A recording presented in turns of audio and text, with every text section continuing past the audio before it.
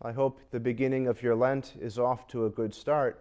And even though we are now in the second week, it really is still just the beginning, because Lent is a long-haul journey. We still have a solid month to go before we reach the pivotal events of Holy Week. And so the Church, our mother, is anxious that her children begin well. Even in a merely human task, so much of the success of an operation comes down to beginning well. And so our readings of late have been trying to lay a foundation for a good Lent.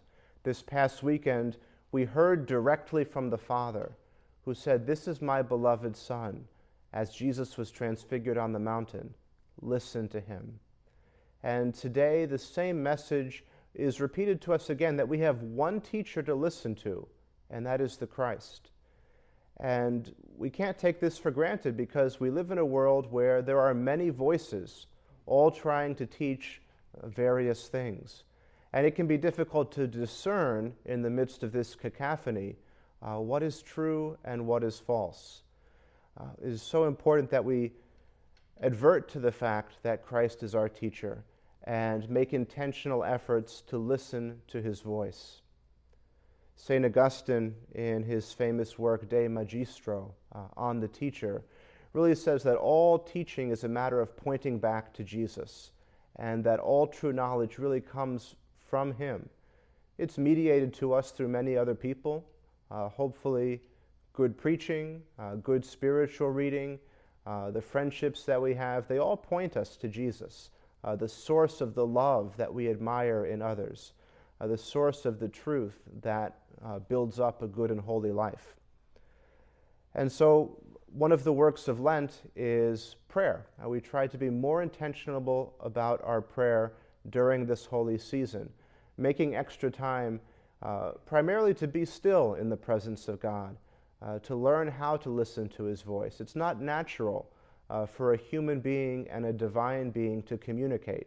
And so it takes a while for us to learn how to listen to God's voice, who talks in his own special way to the very depths of our heart, often bypassing our senses. And as we listen to the voice of God, he moves us to change our life.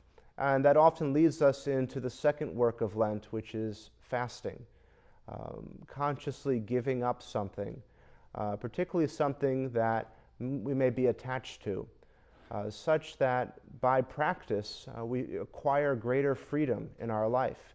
And that freedom opens up a space.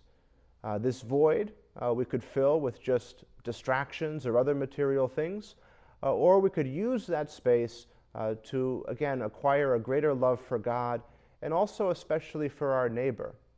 One of the church fathers says, if we want God to notice our fasting, we should notice the fasting of others, particularly the poor who are fasting against their will because they're deprived of the necessary things of life.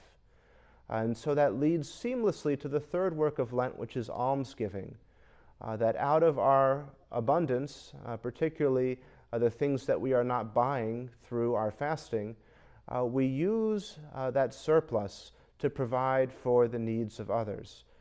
As we are sitting at the feet of Christ, we learn also to recognize him in our brother and our sister, those who need us, those in our very midst who are often invisible to us because we're so wrapped up in our own agenda, or we're so distracted by the many voices that are competing for our attention. The more we adhere to the singularity of Christ's voice, the more our vision is also transformed, so that we start to see Christ all around us, beckoning us, often Jesus in disguise. And so this brings us to the sacrifice of the Eucharist, where we follow the example of Mother Teresa, who said it was her encounter with Christ in the Eucharist, disguised in the form of bread, that enabled her to find him also in the distressing disguise of the poor. May God bless you in your Lenten journey, and may your experience of listening to Christ's voice enable you to also see him all around you.